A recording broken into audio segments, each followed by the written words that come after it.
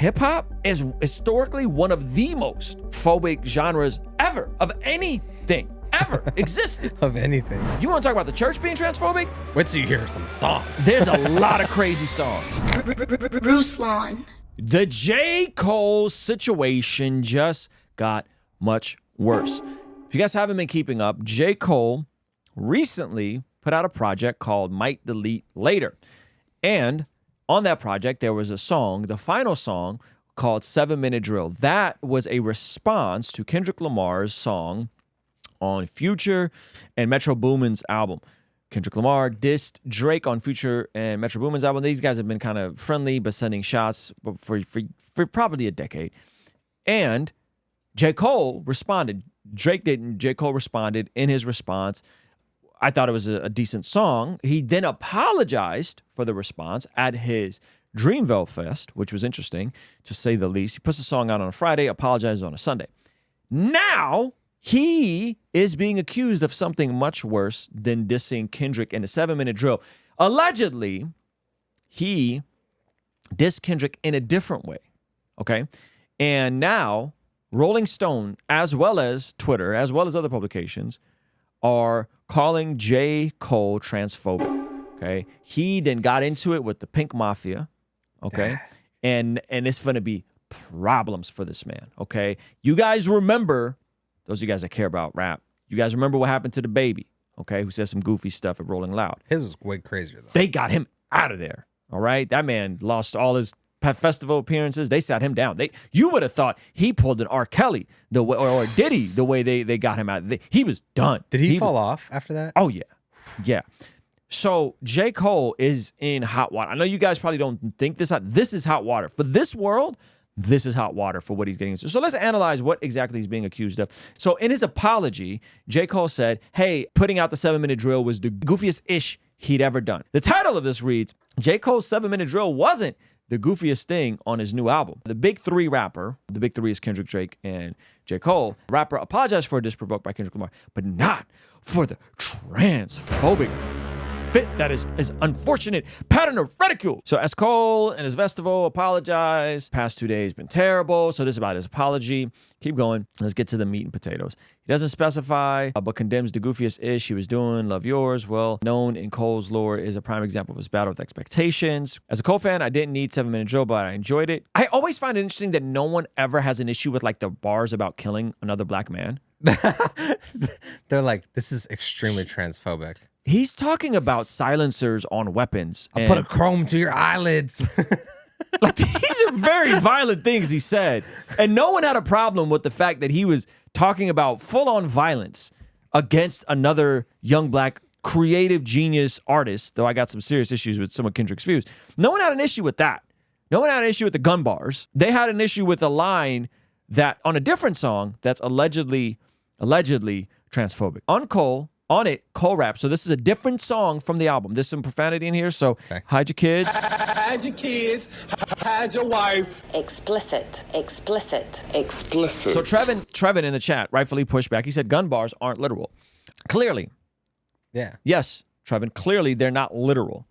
But why assume that this is a literal shot at all transformers everywhere? That's the issue. Like it's embellishing. It's hip hop. It's art. Like everyone understands that when he's talking about putting a chrome to your eyelids, he's not literally going to pull up to Kendrick Lamar's house while he's doing Mexican style prison burpees and put a chrome to his eyelids, right? Like that's not what's going to happen, right? Like we understand that. Yet this, they ignored the hyperbole there, and then they pull this one line out and they psychoanalyze it. On it, Cole raps, his album dropped. I litter it like I can't spell it. He says, "Oh, I'm illiterate. I'm illiterate," and then I litter it like he trashes it. That's funny. I litter it like I can't spell it.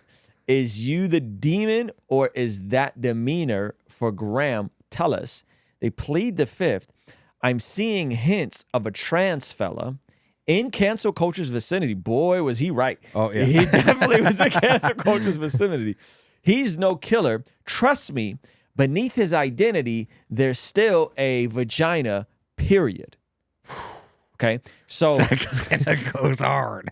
Zach found this bar. He said, he's not a killer. Beneath his chosen identity, there's still a vagina. a vagina, period, right? So Wow. it's wordplay. He's doing what rappers do. This is what rappers have done forever, Yeah. right?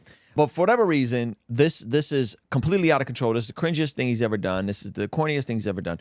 I wish I could say that using trans identity to insult someone, diminishing it as a choice, and then dismissively reducing it to sex organs was beneath Cole.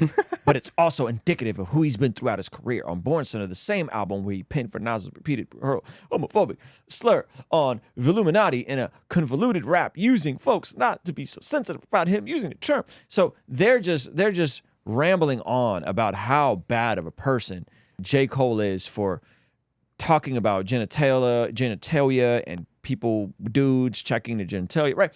This is what rappers, I hate to break it to you. Yeah. What did you think this was like? What do you think this was? This is what rappers do. It's a vulgar art form.